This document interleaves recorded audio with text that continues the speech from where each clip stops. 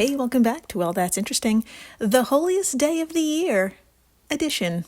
Today is episode 212. Let's talk about maggots hatching from people's foreheads and the deepest cave in Australia so far. My friends, the time has come. Happy Halloween. Happy Halloween to you and yours.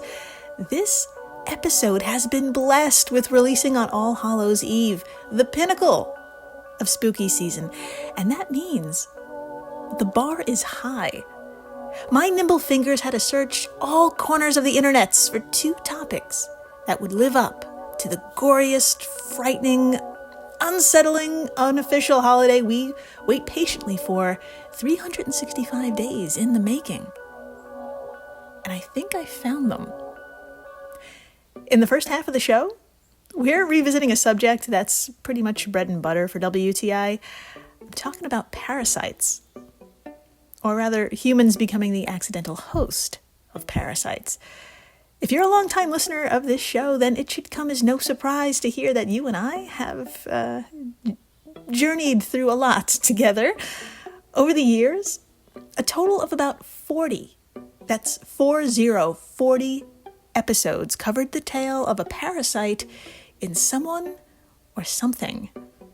And about half of those episodes featured a someone whose eyes, spine, brain, or another organ found itself as home to a creature that should not be there.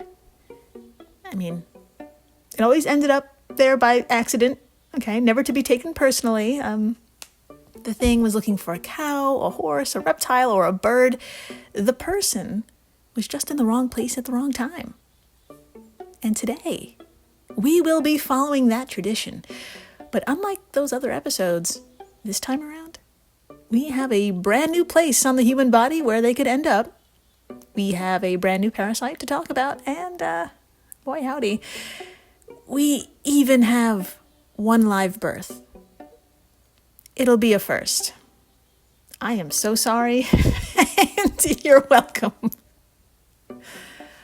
Then after the break, we are leaving the top of the human body for what is now officially the lowest known point in Australia. Yeah, we're going to be leaving parasites for another type of nightmare for many people. The deep, dark depths of a cave never before seen by human eyes. Now, this is a nightmare for many, like I said, but not for all. We will meet the absolutely giddy Australians who risked their lives for over 6 months to discover, prepare, and descend numerous times an unexplored cave to make history. So, bring a headlamp and prepare to get very wet. And I hope you're not afraid of the dark, because those headlamps, they don't reach very far. In the meantime, hi, I'm Jill Chacha, and if this is your first time listening, oh, welcome to the flock. my ghoulish business goose.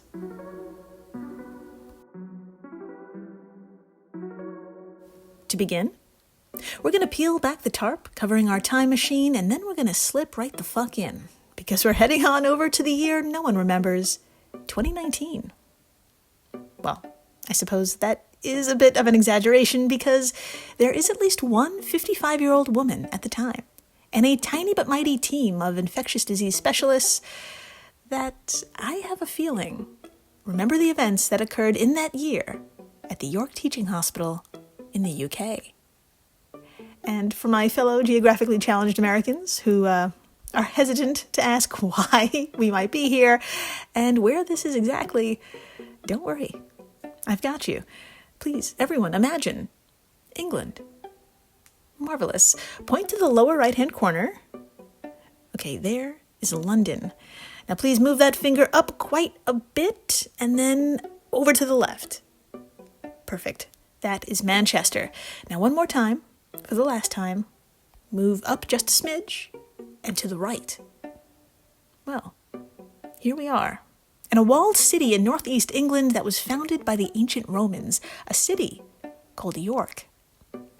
And like its famous 13th century Gothic cathedral, York Minster, with its medieval stained glass and 2 functioning bell towers, the medical case we're about to dive into feels very much like we're in the 1200s. So please, join me, will you, at the very 21st century York Teaching Hospital, where our 55-year-old patient has just presented with some curious symptoms. She told the medical staff here that her story began 12 days ago, when she returned from a once-in-a-lifetime trip to Uganda, an extraordinarily biological and geologically diverse country in Africa whose location plays a role here. So please, everyone, imagine Africa. Thank you. Point to the very center, and there you'll find the Democratic Republic of Congo. To its immediate right is Uganda, also called the Pearl of Africa, and for good reason. The equator rolls right through it, making it home to many a natural wonder, including 202 central forest reserves filled to the brim with warm, climate-loving creatures. She had the time of her life, but 9 days later, after she returned, she had another new experience. Where her forehead met her hairline, there was a bump, swollen and itchy. Knowing Uganda is popular with a lot of insects and pests, she did the responsible thing and went to the emergency room. She told the medical staff there about her recent travels and showed them the lump. Doctors gave it a look-see and thought nothing of it, really. Due to the location on her body, it was probably just a bite. And that's what they diagnosed it as, an insect bite. She was reassured, prescribed some antibiotics, and was sent home to start the meds. She followed orders, but here she is now, 3 days after that doctor's visit at the York Teaching Hospital, with an even bigger lump and bigger issues. The swelling on her forehead extended to more of her face and eyelids, and she experienced sharp shooting pains in those areas. And most troubling of all, my cautious business goose, when doctors leaned in to get a proper good look at the bump, there it was, a small opening in its center about the size of a pinprick. But don't worry, that's not all. From it came a watery discharge. Yeah, and that is when the medical staff knew something was in there. Now, before we meet the star of our show, I'm going to have to ask you to drop your phone. No, actually, pick it up. Drop whatever it is you're holding. Be it your chest in anticipation or a prescription, just drop it. You need your phone, y'all. Please head on over to our social media stuffs and tap on today's post. There you'll find a photo of our patient's forehead, as provided by BMJ Case Reports, and I provided the white circle showcasing the lump there. Now, if you are so inclined, you can zoom in. Just pinch it and zoom in, and boy howdy, you will see that there watery discharge. But I can see the expression on some of your faces. You're thinking, no thank you. There's no need to see that. Thank you very much. Well, if you're thinking that, y'all, I'm going to need you to prepare, because the rest of this segment is going to get a whole lot more intense. Let's get into it. Swipe past that photo, and you'll see the results of an ultrasound performed by the York Radiology Department. This was done on our patient's forehead, and thanks to the 4 X's made by Dr. Farah Shahai, an infectious disease specialist, and the circle provided by yours truly, you cannot miss the object at the center of it all. My friends, that visible white smear is a maggot, or a baby fly. And to get to it, and to find out what kind it is, the medical staff began by rounding up some petroleum jelly. You heard me, petroleum jelly. That's what they needed. And if it sounds like things are going to get a little creepy from here, oh, they are. Because, you see, they applied it just a little dab, to that small opening, which is officially called a punctum. And the purpose of a punctum is to allow airflow to the growing baby fly inside. But with it now being obstructed by that little dab, this coaxes the insect to move closer to the surface of the skin in an attempt to breathe easier. And that just so happens to make it easier for the doctors to remove the creature and makes removal safer, as well, as noted by the case report.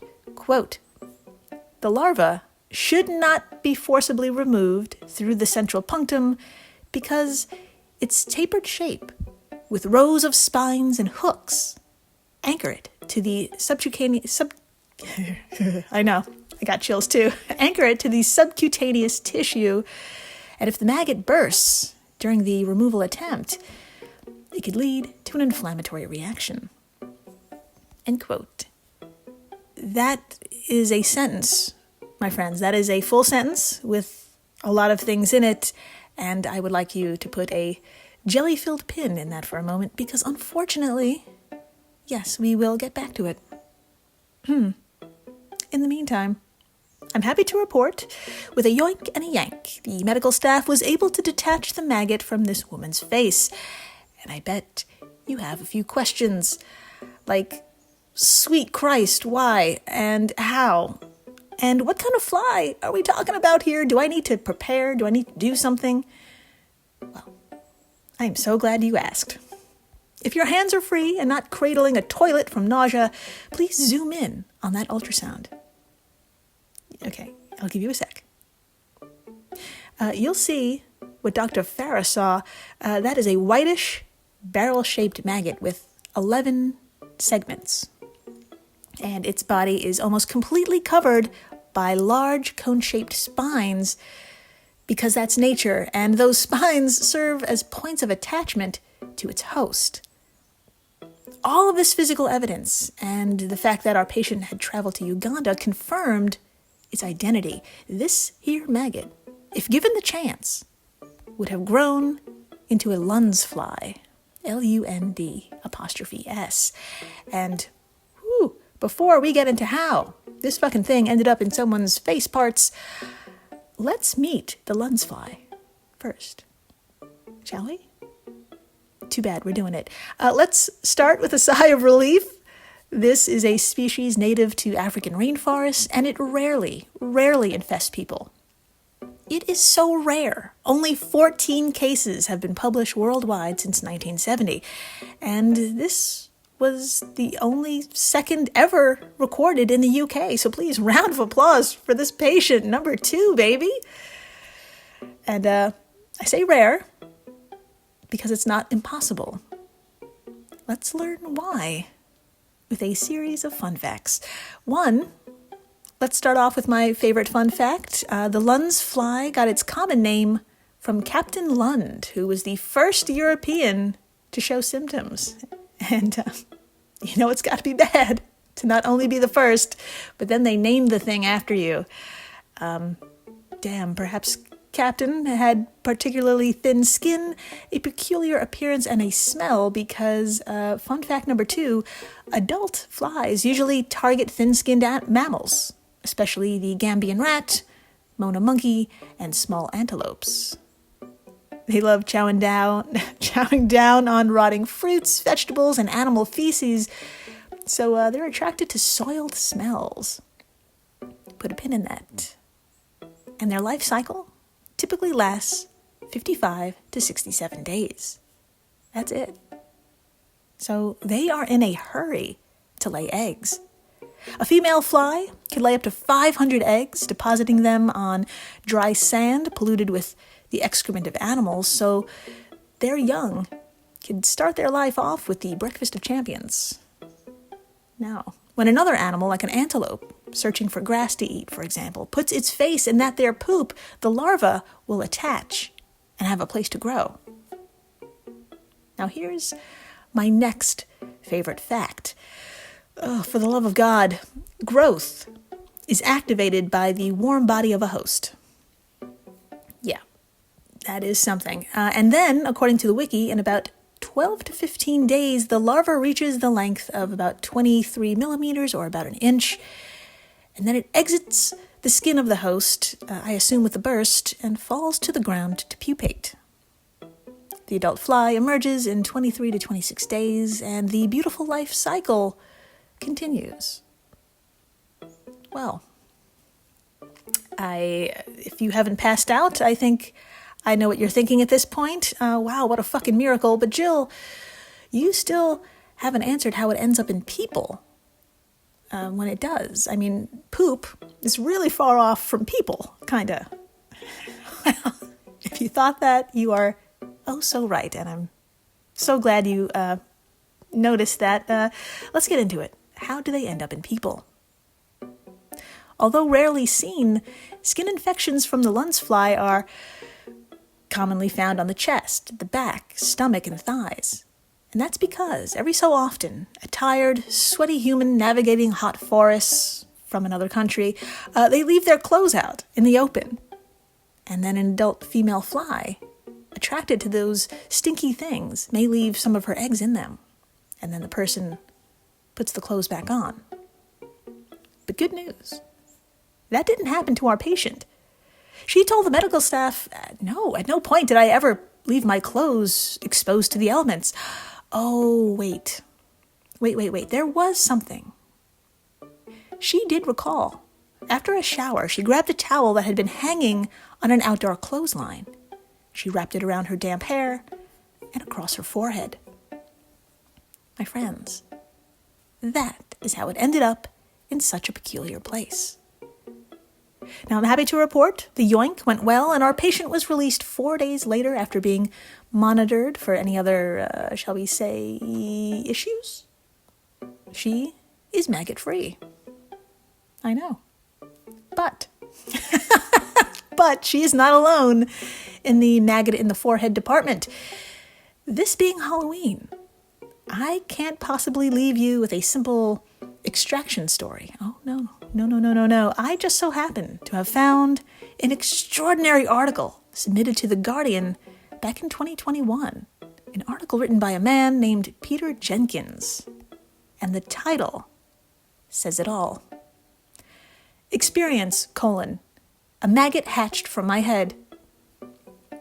Yeah. Let's begin. Let's begin with a little background on Peter.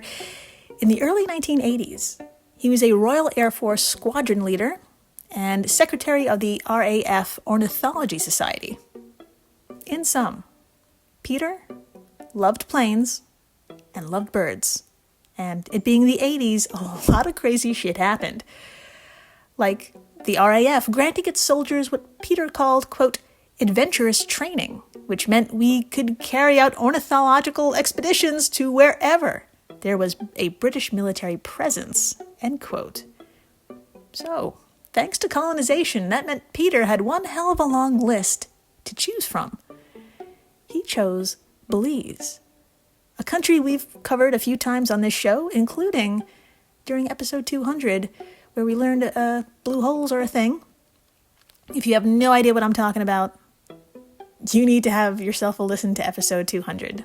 Holy shit. Anyway, Belize. Belize is directly south of Mexico's Yucatan, and it is quite a paradise, with the Caribbean Sea shorelines to the east and dense jungles to the west. Long story short, it is home to many a bird species for ornithologists to just swoon over. In 1981, after Peter got his fill of birds, he returned home full of something else. Let's get into it. It all began with a noticeable blemish on his forehead. Quote, initially I thought it was just a regular spot, and I squeezed it. Okay, side note, my friends, it is time to unpin that pin about maggots having a body tapered with rows of spines and hooks. Do you remember that? Of course you do. Okay, here we go. Continuing the quote. Quote, a big mistake. My face swelled up like a balloon and my skin became tight and very uncomfortable. I tried to see a doctor, but it was Easter, and finding a general practitioner was near impossible. When I tried to explain the problem on the phone, I was dismissed. It was only once I mentioned that I'd been to Belize that I was prescribed antibiotics. They seemed to work, and my face returned to normal within a few days. End quote. Now, we all know that's not the end of the story. No, not on a podcast like this. Now, the spot didn't go away. In fact, quote, after a couple of weeks, it started to swell, itch, and ache. It grew into a round lump, which slowly became more and more oval. Each week it grew larger, with a small hole at one end. Every now and then I experienced a sharp stabbing pain like a pin twisting under my skin, and a bloody fluid flowed from the hole.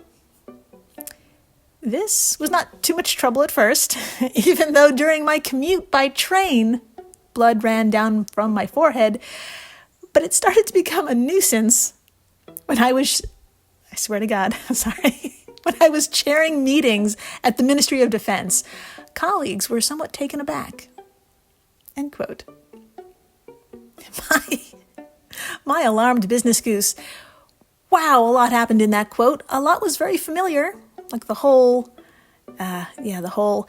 And a lot of that was jaw-dropping, though. I mean, the guy went on a train to work with this thing in his forehead. Look, if this happens to you, don't go to work. Just don't do it. It makes it so uncomfortable for your coworkers to have to deal with something like this. Do you know how hard it is to ignore a maggot in your coworker's face? It's impossible. So please stay home. And now I'm going to continue reading from Peter's masterpiece because, one, why fix what ain't broke? And two, you need to experience what I experienced when I first came upon it. So, my friends, prepare yourself for what happened next. Quote, after a month, with the odd-shaped bump still increasing in size, I became impatient. One evening, after a couple of whiskeys, I attempted to encourage an ending. I squeezed the spot, and something, not just blood, something solid, started to emerge. When it was a little way out, I was able to grab it and slowly pull it from my forehead. In my fingers was a plump maggot, about 2.5 centimeters or an inch long. It looked like the fly maggots you see in food waste in the summer, but longer and fatter. I had been aware that the spot could be the result of a parasite bite and had already consulted the RAF Institute of Pathology and Tropical Medicine, who said, with a typical British stiff upper lip, God help me, that I shouldn't worry, and that it was probably a botfly larva and that it would come out when it's ready. But I hadn't expected something so big, so alive, so wiggly to emerge. Shaking, I had a couple of more shots of whiskey and placed the thing in alcohol. It was gin, as that was all that was available, to preserve it, for the tropical medicine staff to confirm what it was. Amazingly, as soon as it was gone, the hole closed. Within 24 hours, it had healed perfectly. End quote. End quote, and oh my God, before I go on, I want to commend you on hanging in there. You, give yourself a round of applause. You are a top-tier business goose. That was a lot. And then I'm going to ask, are you okay? No, okay. Well, like Peter, give it 24 hours. You should be fine. And if you're curious as to who was in Peter's head, turns out that British officer with the stiff upper lip, that person was right. It was a botfly. And I provided a handy-dandy, cute graphic about its life cycle from catster.com. That's CATSTER. And it's over at our social media stuffs where, as you can see, I got it up here myself. Females deposit eggs on skin-piercing insects such as mosquitoes, which inject the eggs under the skin of cats and other mammals like us. There the larvae can feed and grow until they pop out to pupate on the ground. I think we're done here. Yeah, I think we're done. After the break, we're leaving holes in foreheads for the deepest hole in Tasmania, so far. I'm going to need you to bring a lot of rope. I mean, like way more than you think you're going to need, because we're going in. Stay tuned.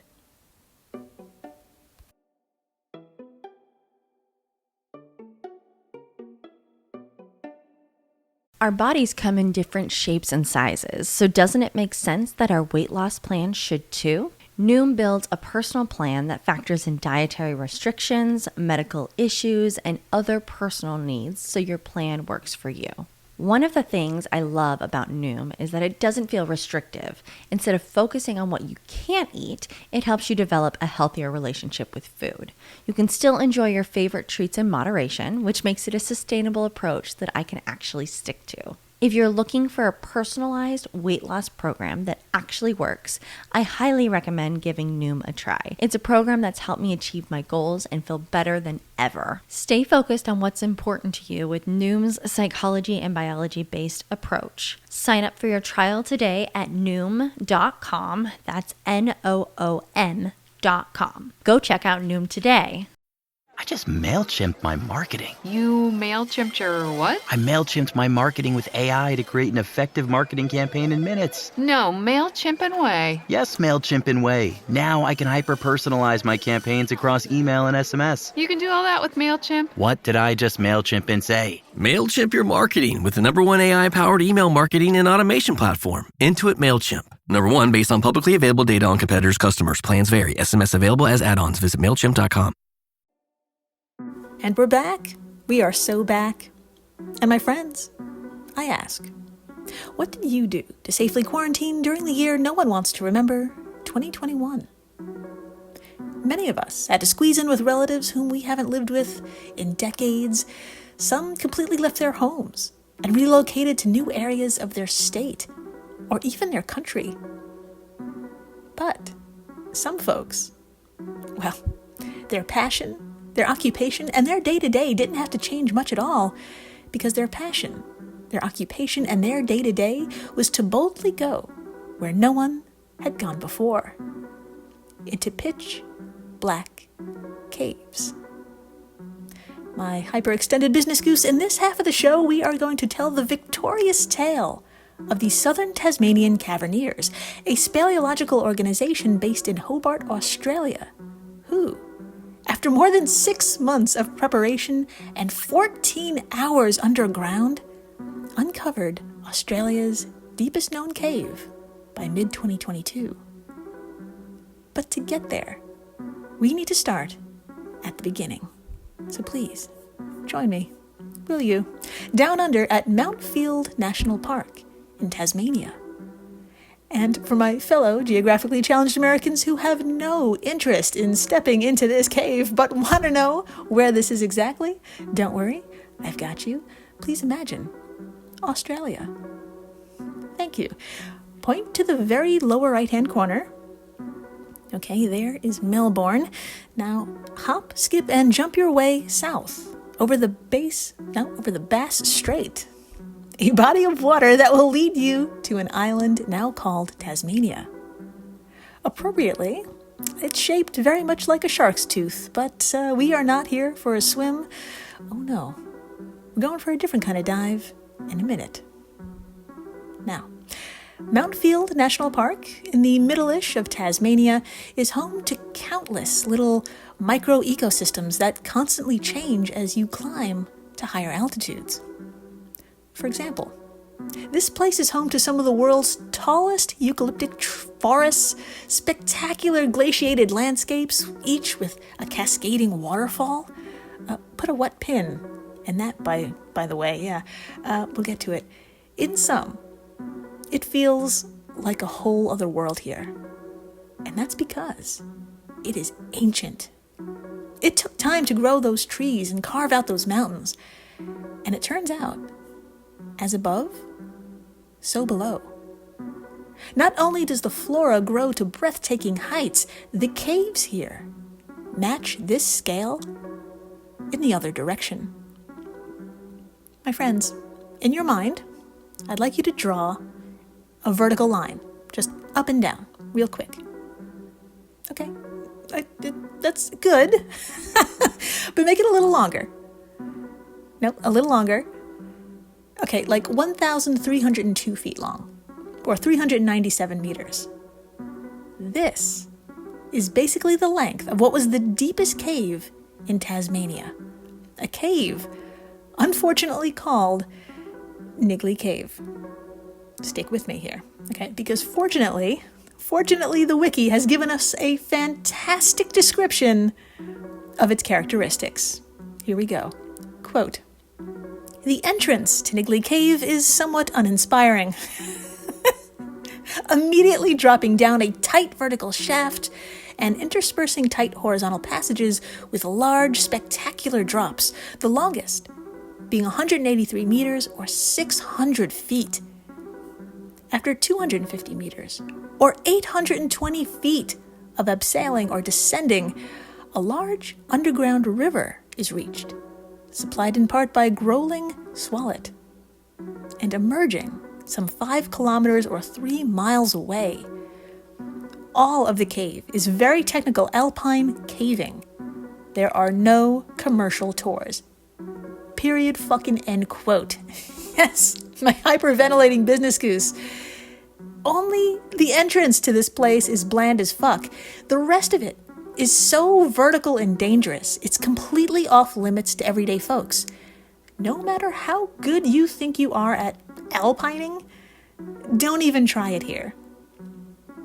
Now, I want you to put a pin in the underground river, supplied in part by Growling Swallet, okay? We're going to get back to that too. But right now, unpin that pin about waterfalls. What the wiki doesn't mention in Niggly's description is its waterfall. And for a very long time, it was supplied by a mystery. Quote, "We've kind of always hypothesized that another cave existed because Niggly is this big cave system and it has this waterfall coming in. And for years, cavers have been looking at this waterfall and wondering, where has this water been running from?" End quote, said Karina Anders to abc.net.au. Well, my friends, Karina is one of the few hardcore cavers from an organization called the Southern Tasmanian Caverniers.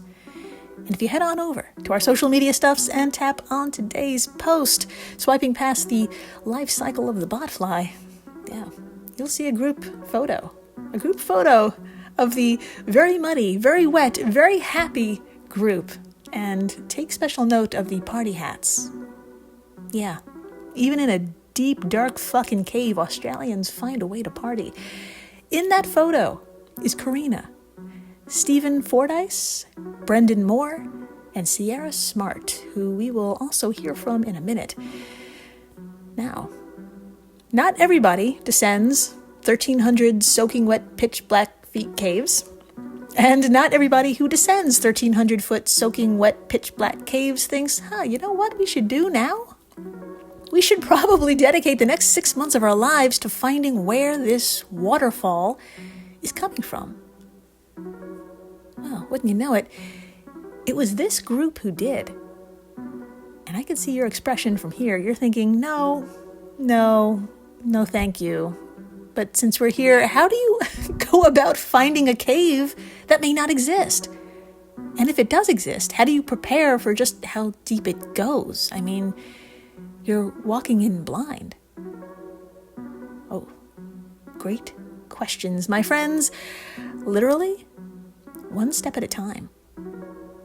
Ingeniously, the team started out by using lasers and dye tracing techniques in the cave system to learn where this mysterious deep hole may be and how it connects to the Niggly Growling Swat, the damn river that's down there. Eventually, recycled water led Stephen Fordyce to another somewhat uninspiring opening just a few yards away from Niggly's. It was right over there. Quote, "Cavers had been so close for decades." Brandon. I don't know what's going on. Brendan Moore said in his statement to livescience.com about the discovery, "It's up a short, steep cliff which no one had ever thought to climb. The actual entrance is hidden by a thick scrub and fallen logs. It just shows you what the Tasmanian bush can hide. End quote. Yes, my friends, bush can hide some amazing holes, and we are a mere 13 feet higher than Niggly's starting point. That's it. And we're already breaking records. Let's get into it. I'm trying so hard not to laugh. Nope, there it goes. For the next 6 months, the team had a plan. Here it is. We bring rope, we descend the rope, and when we get to the end of that rope and there's still more cave below us, we come back to tie more rope to that rope. Quote, "It's been like climbing a mountain in reverse," Karina told abc.net.au. "Each trip, we have taken as much rope as we can carry, then descended down while exploring side passages, and then we go back up. The next trip, we bring more rope and go a bit further." End quote. My friends, well, I'm making this sound pretty easy, with all the laughing and fucking up the words, but it wasn't fucking easy. In honor of the exploration's context, 2021 into 2022, Stephen, who first discovered the cave's opening hole and organized the expedition, Stephen named the cave Delta Variant, after the Delta variant of COVID-19. They then went on to name the various points of the cave after the same theme, and it was kind of genius because it described just how fucked up and difficult Delta is to descend. Now here's how Karina and Sierra tell it in an interview with ABC.